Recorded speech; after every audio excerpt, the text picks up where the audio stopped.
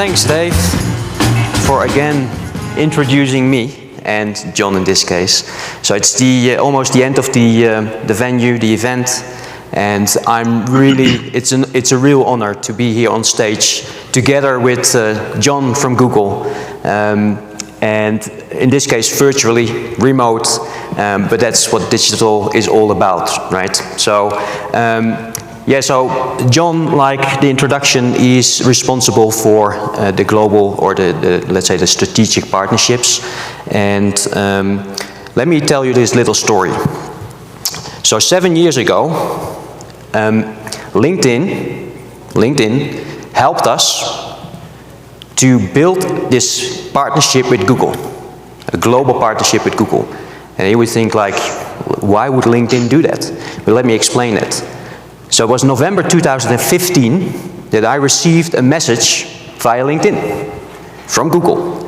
And that message was saying something like, hey, Emile, I am, in this case it was Alex Story, that was the guy that started this, saying like, I'm Alex Story and I'm interested to build some partnerships. And I thought like, is he trying to sell me Google Ads?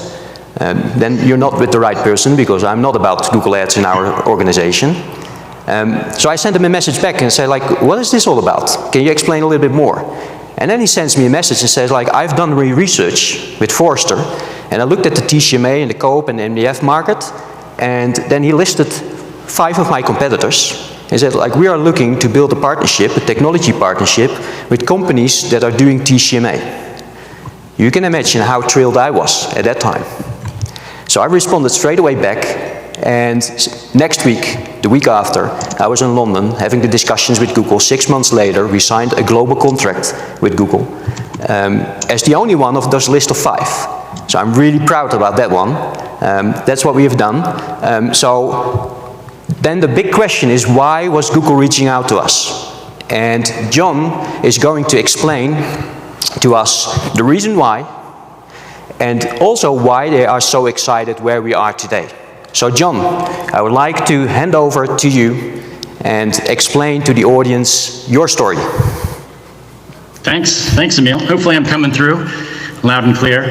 I hope to be there in person, so I couldn't be, but I'm glad I could at least dial in. I can't see all the wonderful faces out there, but I appreciate you hanging on after what must be a very busy few days here, getting lots and lots of different content to hear about our partnership with Impartner and what we've been doing over the last many years, and build something directly in that benefits all of these SMBs. So as mentioned, a lot of my core role is working with and for small and medium-sized businesses, trying to get them online, trying to get them onto Google, helping to digitize still a large chunk of businesses that are trying to move further and further into enabling digital tools. So I look at things from that sort of small, medium-sized business lens. And I know, as all of you do, that what they're really looking for when they're part of these networks is driving leads, driving sales. That's where they want help. We put this slide up here. You might have seen it before from Forrester, because for me, it's a good illustration of that gap, that growing gap that still exists between what these SMBs are looking for and the partner networks that they're part of and what they're getting from those networks, right? Only 17% of folks satisfied that they're getting the most out of the networks that they're building. So even though the software has now been around for a little bit of time, there's still this gap that's out there. And the reason we're highlighting that today is that gap, growing gap, is more important than ever, because it's rare today that a purchase, especially one that involves any degree of consideration or research, doesn't use online channels, even when the purchase is done in store. You can see a graph here. So we're using this as a visual data point to illustrate that. If you go into Google and you're searching, especially for something like near me, open near me, products, printers, office supplies, what you tend to see, if you look at the Google search results going back 15 years, is often a graph that looks like this. So very flat, right? You go back 10, 15 years, no one was using that behavior at all. In fact, it wouldn't even maybe occur to them, because a lot of the things that now you get, the sort of rich search results, didn't contain things like geo, maps, Google business profiles. But that stuff started to emerge. And then if you look around 2015, where the line starts squiggling, you've got these things coming on board, right? And all of a sudden you have the power in someone's hand, not just on desktops and laptops, to be able to say, well, actually, where is that store? Is it open right now? What's the phone number? And you can see that trend has just continued to go up, with one big dip, if anyone can guess what that is, around spring 2020. lots of stores closed, right? So you can see that big dip, but even with that big dip of COVID a couple years ago, the behavior is not just back, but continues to grow. So that's important. A couple more data points just to give you, because this literally came across my desk this week, didn't even have a chance to make a slide. Google just did some research with Ipsos. It came out literally last week, where they looked at the last year and some of these most recent trends, right? Because if you look at some of this research, it might have been pre or during COVID, and we know that things are changing all the time and companies are responding. But if you look at this latest research with Ipsos, I just want to get the numbers right, it shows that since last year, so end of September to end of September this year, there's a 65% increase in buyers saying that they're researching products online, even if they intend to buy in store. A 49% increase in buyers checking inventory before they walk into the store. So again, I know you flip forward, but you flip to the next day. Here is online, and as we know from probably some of the other presentations, resellers though largely still are not. They're still struggling with this. And I heard just some of the folks presenting even from other companies that try to help crack this, right? That big gap that's emerging. And I also just want to clarify, when we say online, it's not just e-commerce. Even though e-commerce has grown, it's a growing chunk, US being one of the most mature markets, even so, less than 20% of purchases are done through e-commerce, right? We're still talking about mostly in store. Another data point that came across my desk just recently, since the pandemic, retail sales in the US have actually increased 14%. 14%, that's an absolute record. The next biggest ever retail bump was in 1999 at 7.3%. So again, if we zoom back out here, putting this very plainly, what we see is a lot of buying behavior is happening in stores, but a lot of research and decision making is done online. Now, with all of this online activity, you can see this at Google very clearly, has come a lot of also complexity in those purchase journeys. They are squiggly, they're not linear. It might mean that you start on Google, you do a search, you come up with a list of various links that are interesting, you click, maybe you go to one of your sites, your corporate sites, manufacturers, you're looking at various products. Then from then you might go back into Google, search for best lists for 2022, 2023. From there, you might end up worming into forums, looking at customer comments, product reviews. They might mention a certain feature. Now you're back onto one of your websites, looking at that feature, then going back into search to see how that compares. So it's not squiggly. That process stops, it starts. It might be on mobile, then tablet, then shifting to desktop, back to mobile. So we know that's very squiggly and complex. And again, being Google, we know that there's a product that's been out there for a while that helps intercept, help be there in the moment, no matter where you are in that squiggle. Google Ads. So you say, okay, well, John, it's been around for a couple of decades. Why is it, why do we still have 80% then of resellers that aren't taking advantage of that or other online tools? And well, this slide kind of sums it up. The main reason is that it's just difficult. It's difficult to do for lots of different reasons. The complexity of how ad products have evolved, the language that you need to know just to understand. Things like bid strategy, what's a keyword, defining ad copy, what's conversion tracking, CPCs, CTC, all the different acronyms that go with it. So even if you parse that and you figure it out and you create an ad, even with those things, a lot of smaller businesses don't have the confidence to know that they've actually created a good ad or how to optimize and manage that ad over time. So those things are a major barrier. There's also some other barriers. Besides just the know-how of how you do all of this, there's also the complexity of the number of products. If you look kind of like the bottom right of the screen, the number of products that are out there today have absolutely proliferated in the market. From 20 plus years ago of things just really creeping online, there is a dizzying number of options, from ads to dozens of platforms, and then not just the ad, but the specific ad type, the feature, the extensions. That is really good news for most of you that are in larger companies and corporates, because it gives you incredible accuracy, clarity, being able to drill down, lots of ways to be able to nurture and track these folks over the entire funnel, from awareness all the way down to consideration and purchase. But for small companies, it's dizzying and too complex to handle. If I go top left there, lack of time and resources. So even if you have the desire to do this, then often you're pulling someone away. I heard the quote that on average, these resellers, about 8 employees or so. Some of them might have 2 or 3 in shops. No matter how many you have, you're pulling someone away who probably is helping to run your business or actually deal with customers or sales to become an expert in ad tech or marketing automation. And then the top left there, cost and complexity, that comes up time and time again. there is a perception sometimes that it's just too expensive. I can't afford this. And even if there is a budget, that usually works for folks of all sizes, the perception can still be, I just can't afford it. And sometimes there's accuracy there, because if you're not just doing it in-house and you activate other folks or third parties, then there are fees and additional costs that get layered in. So all of that layers up to trying to do this in other capacities. And the way that we probably most are familiar with doing this is through an agency model. So approach that's running manual campaigns, right? Finding a company, going to them, maybe saying, hey, we want to set this up for 50 or 60 of these partners. Here are the criteria. Here's how we want to optimize that. We know from doing that, and maybe some of you in the audience are nodding your heads, I can't see you, but I certainly have tried this approach with SMBs many times. And there's a few known challenges here. As I mentioned on the last slide, the agency fees combined with the paid media, all of that can add up to be quite expensive, or at least more expensive than the actual leads generate. It can also be difficult and time-consuming to scale that, because you have humans, you have individuals going in and manually creating lots and lots of different campaigns, and then having to set those up and manage them, and then make tweaks to them as they go. And then also many agencies just can't make money from doing it. So one of the things that we hear sometimes as feedback is, hey, we're trying to push you, certain companies, to go further and further into the tail and help these smaller companies get digitized. And they're saying, hey, look, we just can't make money off of that segment. And solving to those things, what I just described, is the very reason why we've been working with and have come together with Impartner to build these kind of functionalities together, right? To open this up, unlock it for thousands of channel partners and resellers that are trying to generate leads, but there's just too many steps, too many barriers to be able to go out and figure that out on your own. And the reason that I'm here is because it's, if you can't tell, I'm excited about this. I've spent over 20 years, mostly of my career, in tech and working with small, medium-sized business, being kind of a champion. How do you enable that? And I'm not suggesting for a minute that you can wave a wand and all of a sudden take a business that hasn't activated these digital tools and just bring them online.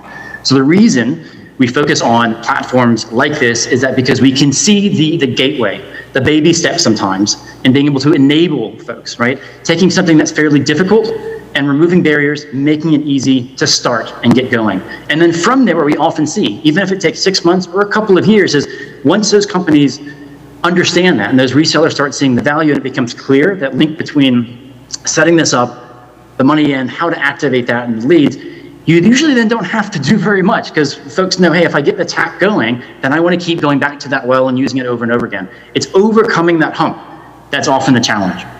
So on the last slide here, before I hand back to Emile, I want to talk about a little bit high level again. What are we talking about then when we say sort of a newer approach? What's the sort of automated and integrated approach you're talking about? So high level, these kind of 4 boxes, it's setting things up centrally. So maybe what you do at an agency, for example, but doing that within your brand team and having the tools to do that effectively without having to also yourselves be an expert in this stuff. And then being able to have the partners register. And by register, I don't mean they have to come in and specify what ad products and duration, configuration. All they're doing sometimes just raising their hand or opting in. And then that third box around being able to identify who you want to scale this to or participate, that gives you a lot of control at figuring out what are the partners we would want to activate for which campaign. And then that last box, automation, that's really the key, because it brings it all together. So if I talk again kind of left to right to the benefits there, having it central allows you then to use high quality professional assets that you might be creating anyway in the organization, banners, ad copy, slogans, all the things that signal trust and trustworthiness and credibility online. So as a buyer, those are the things that really matter to me initially when I'm thinking about awareness. What are these companies that I can rely on? Which ones make top products? What are the ones that have come up in my research, right? And those are the assets that you almost want centralized to be able to shift out, as you're probably already doing in some channels already today. But this allows you to do that all centrally, then get those partners activated, either by raising their hand and opting in, seeking them out, but getting them activated on that platform. And then again, that gives you the control, that sort of third box, to be able to say, okay, for this next campaign, let's activate ones just in this geography, or just around this product, or 3 different campaigns, and let's see how they perform. And because, again, in the fourth box, everything is automated, it gives you incredible control to be able to do that. And the cost savings, right? You reduce the cost, the money it takes that's often lost in all of the transactions to set this stuff up, because you can dynamically create ads, because you already have most of the information. The heavy lifting is done by Impartner, frankly, because they've taken the years to build an ad product that then can take the signals and the various information components, plug those in, so that you don't have a human or someone sitting there having to create all this stuff. It gets created dynamically. Then you're only using the value of someone who's involved in some partner perspective in making the tweaks and being directional, being more strategic in how you want to release that. So we see that always as good news from Google, because our goal, again, is how do you scale this stuff? It's great if you can help a few folks, coach them and get them online, but for you to see impact, you really have to make that much, much broader, right? So a good point for me to hand back to Emile. We'll talk a little bit more about, again, why we've kind of come together and why we were excited about the sort of the combination, 1 + 1 equaling more than 2, and also dig under the hood, look at an example of how this whole flow works in practice.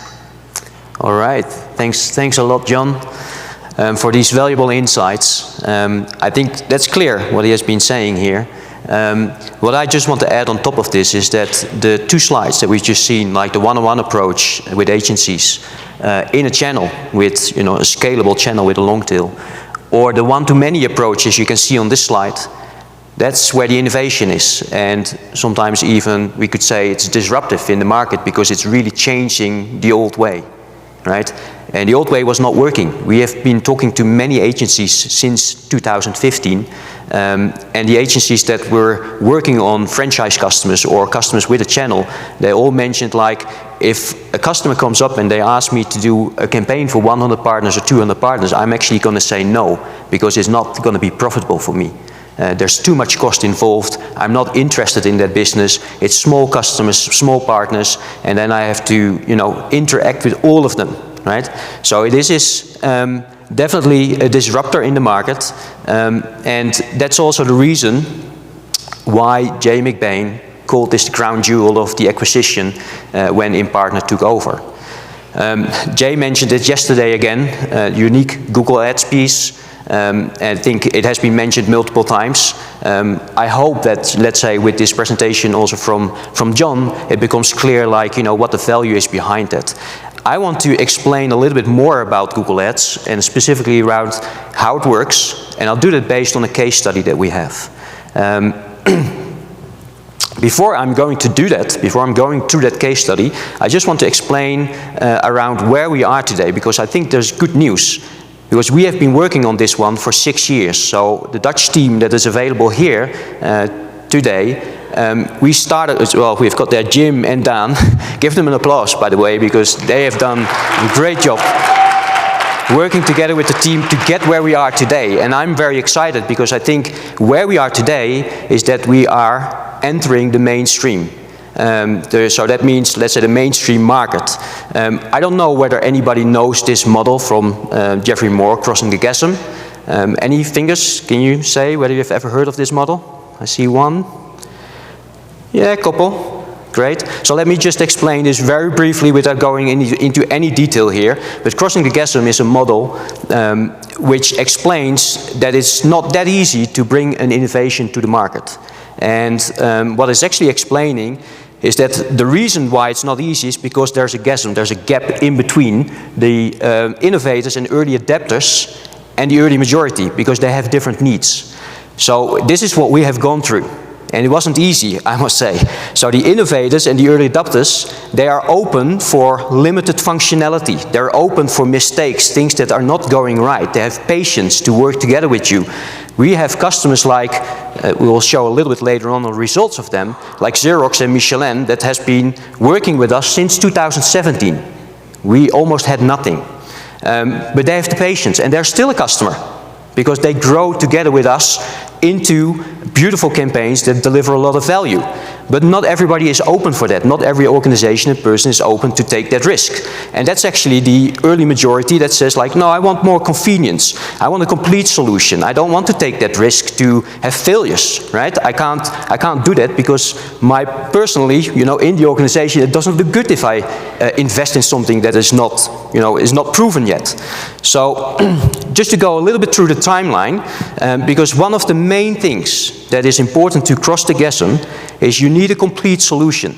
You need a solution that is proven, and you need a solution that the early majority finds itself comfortable with. while the innovators and early adopters are actually not the right references for the early majority, because they took all that risk and they start explaining about the things that went wrong and whatever. And so the early majority wants that convenience and they don't want the risk. So I just want to explain, we are at the early majority at the moment. And that's a huge step. And I'm really, really proud about that, that we have accomplished this. Let me explain a little bit why I think we are at the let's say the whole product at the moment. So in 2016, we just signed that contract with Google globally. 6 people from Google globally had to sign this contract because we did a couple of things that actually was different than what they were used to. In about, let's say 3 months' time, we connected Google Ads to the API. So our solution, we'll build a Google Ads admin to the API of Google that allows us to build a central Google Ads campaign and set up the campaigns or the accounts for all the partners that are participating and then push in the campaigns. So that was the first step. But we also, of course, needed landing pages that you say like, oh, you've got an advertisement, you click on it, but you need a landing page. So we connected our existing TCMA showcase that we already had for landing pages for syndicating content to partner websites. So that was the second step in 2016. And that's where in 2017, a Xerox and a Michelin started working with. Very limited, no reporting. And of course the first question that we got is like, okay, it's very nice, we've got the campaigns running now, but show us the reporting. And we didn't have a dashboard or anything to do that. So we added the reporting and conversion tracking in 2017. And then of course the next steps that you get is that we've got the reporting, we see that leads are generated, but now they need to be followed up by our partners. So we want visibility in that lead management. We want to provide lead management to them so that they can follow up on those leads. So we added lead management and reporting on top of it. So the next step was, okay, we've got quite a nice solution now, but the results were actually not that impressive. We had to learn how to make these campaigns successful. So we needed additional, I would say, tactics to drive, let's say, our audience, or let's say to show the ads to the right audiences. So we started adding things like retargeting, but based on shared audiences from all the partners together, which enables us to activate those strategies much quicker. And we saw more and more results coming in. In 2019, we said like, okay, we have now a beautiful platform that can automatically create all those campaigns for all those partners, but we also need to optimize the campaigns. And that was a difficult thing because the optimization of campaigns is a lot of work. So if you've got, let's say, 200 partners, still a lot of work to optimize the campaigns and do the bidding on a daily level. You can't do that manually. So we said like, we need to do this in a different way. And that's where we started adding artificial intelligence, our own artificial intelligence. So not the Google specific AI that is being built. We combine it nowadays, but we added the AI and we did one thing different than what we could do within Google. If you in Google use, let's say, bidding based on maximized conversions or maximizing clicks, then you do that based on the data of that one single account. With our AI, we take the data from all the accounts. So that's big data. I got the remark from, let's say, the AI team, like, for instance, Xerox was already running for a while. All that data, that's a gold mine. Because now, suddenly, we can start optimizing campaigns on that huge amount of data, which actually the result of that is that you accelerate the results for every partner participating. You can imagine, right? If you've got 100 clicks or you've got 1,000 clicks, that's a huge difference. So, the optimization of the AI and the big data was a big step for us. And then we started saying like, we need more leads. With the same budgets that we run, we need to lower the cost per lead and we need to generate more leads. One of those things was adding call tracking. So we added call tracking to it. That means phone calls that are generated via our ads. I think everybody recognizes it, right? You search, you get an ad, and then sometimes you see a phone number and you can dial it straight away. We integrate it so that we could push that as a lead to the partner. So the phone call has been there, but it has been recognized by the partner in lead management. Then 2020 we got acquired by Impartner, which was for us already a huge step because it was really nice, because it gave us the opportunity to grow together with the Impartner organization. And the nice thing there is that we again started to make this solution much more complete than it was before, because we had to integrate, of course, all the solutions into PRM. And PRM has a lot of additional features available, which makes this solution much more complete. So we integrated with PRM and we made Google Ads a solution within the TCMA. So it's a module within TCMA that can be activated.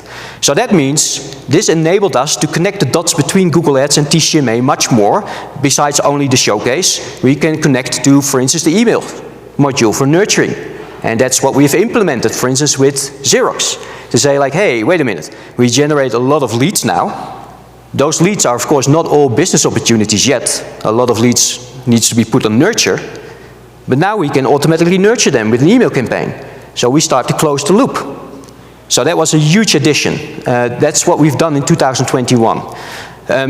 Then we said like we need to be more ready for handing this over to, let's say, the customer itself, building the landing pages, or to agencies to build the landing pages. So that's where we have the TCMA Showcase Builder in a state that we say like we can now start to hand it over in a limited version, but at least we make those steps now to say like, oh, we give the tools and the keys to the customer or to an agency itself. And the last thing in 2022, so this year what we added, and that's an incredible additional feature, it's the tracking of the website visitors. So you can imagine if you've got a Google Ads campaign, then the lead that is generated on the landing page is a form fill. If you've got 2% conversion, then from the 100 you have 2 leads.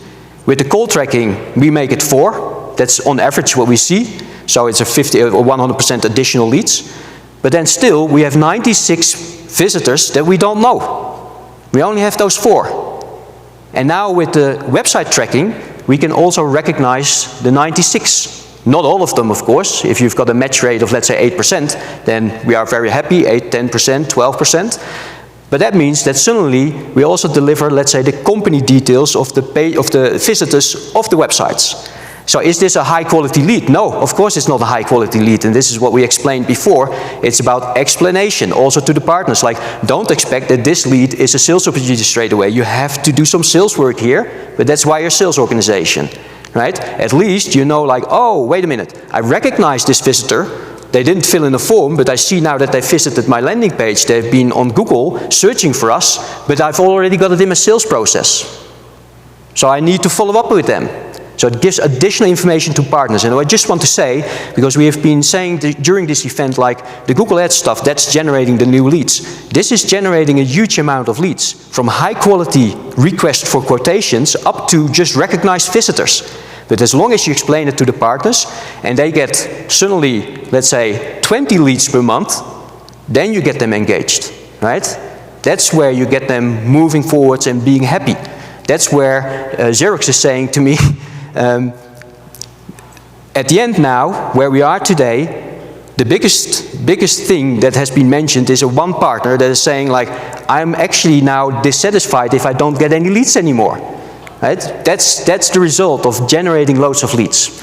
So we are ready in that whole product thing that for the mainstream market, for organizations, people that want complete solutions, proven solutions, and want convenience, that's where we are today.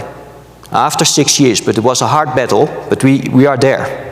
So I'm very proud of that, and that's also why Google is so interested in this, because they have seen us suffering sometimes. They've helped us with different people, and now we're at this stage that they say like, let's go on, right? This is really adding a lot of value into the market.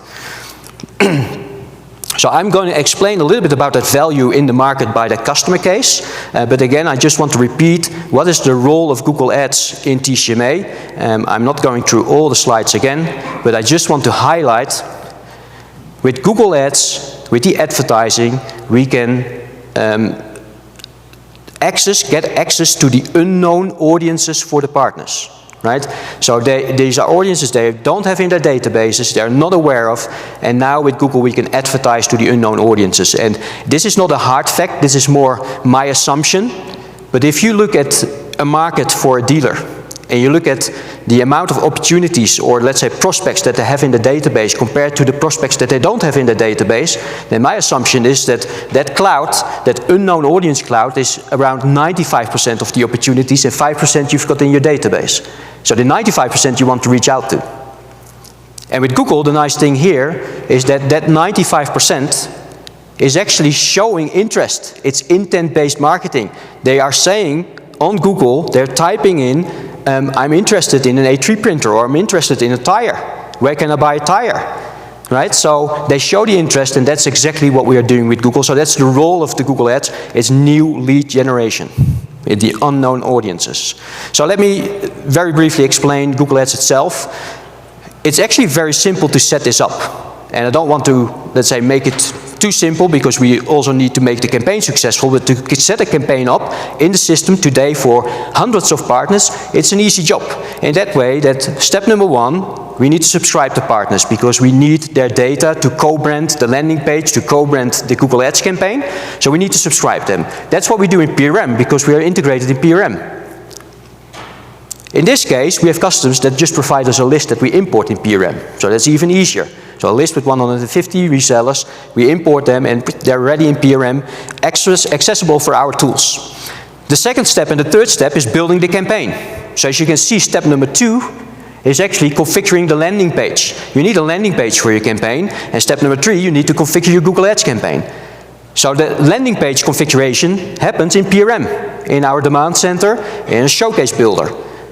The configuration of Google Ads happens in PRM, in our Google Ads admin tool. That's where we upload the campaign. But we only build one landing page or set of landing pages as a template, and we build one campaign. That's what we do. And then the magic happens in step number 4. Step number 4, we say, we've got the campaigns in our system, and now we select the partners that need to participate. And it's really like selecting partners that were uploaded in the subscription process. We select the partners that need to participate, and at that moment, the magic happens. So via our API, for all those partners, an account is created in Google, and the campaigns that we just configured are uploaded in all those accounts, but everything is personalized per partner. There's no work done for us to personalize this. It's all template-based. So this is where John referred to, it saves a lot of cost. It saves a lot of cost because you only have to build one campaign. And you can imagine, the more partners participate, the lower the cost per partner is. Right? The consultancy cost is, in that way, not a lot compared to if you would need to do this for 100 or 200 partners. And that's what I just mentioned. Agencies were not interested in this because it's never going to be profitable for them. And in this case, it's beneficial for everybody. Right? So let me go to the customer case itself. Stanley Black & Decker. They started running campaigns. It's the second year that we are doing this with them right now. And Stanley Black & Decker has around 150 resellers in the Netherlands and in Belgium. So we run these campaigns in the Netherlands and Belgium at the moment. Those resellers are small resellers. These are really small companies. Actually, it's a long tail. Right? It's not big partners, it's a long tail, smaller resellers, and they sell land mowers and let's say robotic mowers. So we have had the chats with Stanley Black & Decker, and they've got 2 brands. They've got Cub Cadet, which are land mowers, and they've got RoboMow, which are robotic mowers. And they asked us, like, can we start running these campaigns for those 2 brands? But we have to overcome a couple of challenges, so that's why we are asking you. And let me explain this one, because these were the challenges that Stanley Black & Decker has and that we tried to give an answer on. So the first one is, they were aware that there is a high local search volume for these products. A lot of people are searching for it online. And that's also what John explained. It has only increased in the last years, right? The buyer's journey takes place online. They can still buy offline, but the buyer's decision is made online. Most of the times. So you need to be out there. And that was the whole problem. All those resellers, with a slide with all the little, blocks with all the colors, they don't have the resources to be online. And they don't have the budgets to go to an agency to be online. They don't understand even that you need to be online. So this was a huge challenge. Local high search volume, but no reseller visibility on Google, which is not good for Stanley Black & Decker, because it means that if competition is out there and there are advertising, they will choose for the competition. The second one is that they were already running marketing programs, but they had very low adoption. So they had MDF budgets, marketing funds available for their partners. Only 20% of their resellers were actually using those MDF budgets. Again, it's sales organizations, they were not really working on the marketing stuff. And if they were using that 20%, the 20% they were using MDF, they were using it most times for offline purposes, not even for online. And again, that's the huge gap, of course, between those long-tail partners that don't have a lot of knowledge around what's happening actually here online. So that was quite a challenge for them as well, because that budget is not used and it's used in the wrong way. Then from the 20%, which is 30 partners, they still had to do marketing programs with them, and that was a huge workload, because they had one-on-one contacts with all those partners, and to set up all the marketing things, in this case offline, but that was a huge high workload, but they say like, we don't want that. And the last thing, the next challenge is no control of the local customer journey, right? And I would say the digital local customer journey, because the websites of those resellers were also not that good. So it's not representing the brands in the right way. And on search, nobody could find it locally, right? You can only find the brand, but not the resellers itself where you can buy it. So let me go in depth a little bit like what we have done to overcome these challenges. So again, like I just mentioned, we registered 150 local resellers in PRM. That was step number 1.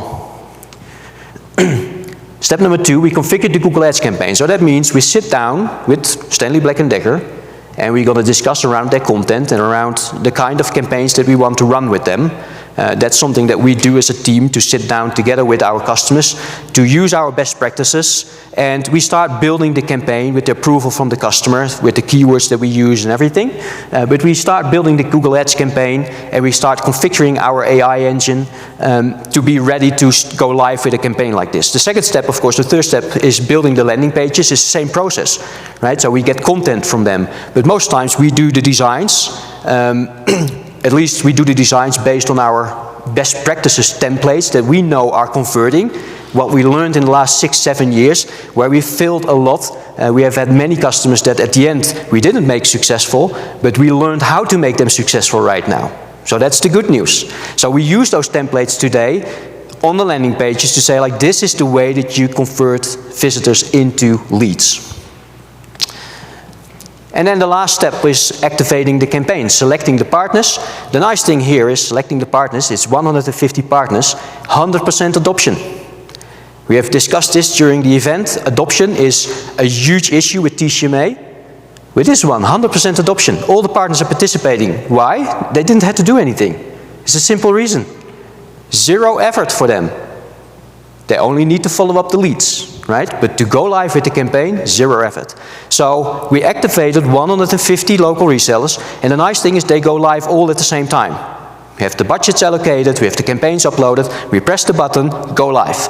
And then 150 resellers in the Netherlands in this case and in Belgium are live. That means that if you can see on the picture here, a little bit north in the Netherlands, if someone is searching around that specific local dealer in that area, then the advertisement of that specific partner will pop up.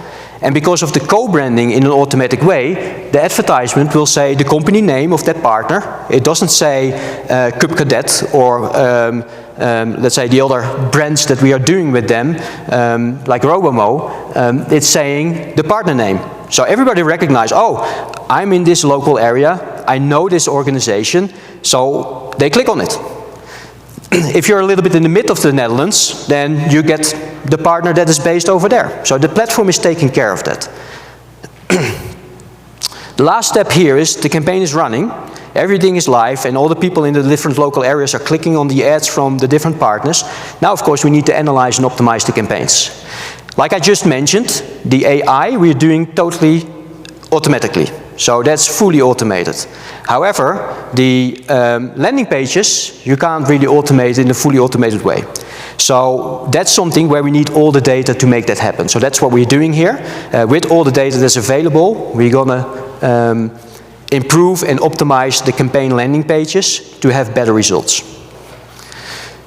So if you look at the results of this campaign, then one thing is for sure, I already mentioned 100% adoption, so effortless marketing program for partners, which is a huge thing for Stanley Black & Decker, because instead of the 30 that were doing something on offline, now they've got 150 visible online without any effort. Because of that, also full control of the local customer journey, and we measured the results, and they have 160% increase in local dealer leads that they deliver to the leads right now, to the partners right now. One other component which is also a little bit underestimated, but is a very important one, is the time saving, and because of that cost saving. 75% time saving for this team. And I just want to be clear, right? This marketing team has been trying to get their 150 partners to do some marketing. And only 30 were willing to do it, and they do it offline. And all the energy that this organization is putting into this team is trying to get them to do some marketing. Today, they don't have any effort to do the marketing, because the marketing is there. Now they can put their time and effort in chasing those partners to follow up the leads that are generated, which is way more important. The campaign shouldn't be an issue. The leads that are followed up by partners, that's where they need to put the time in. So that's what they can do right now. So that 75% of time is more in conversion than lead generation. Again, I just mentioned Stanley Black & Decker, I mentioned Xerox and Michelin.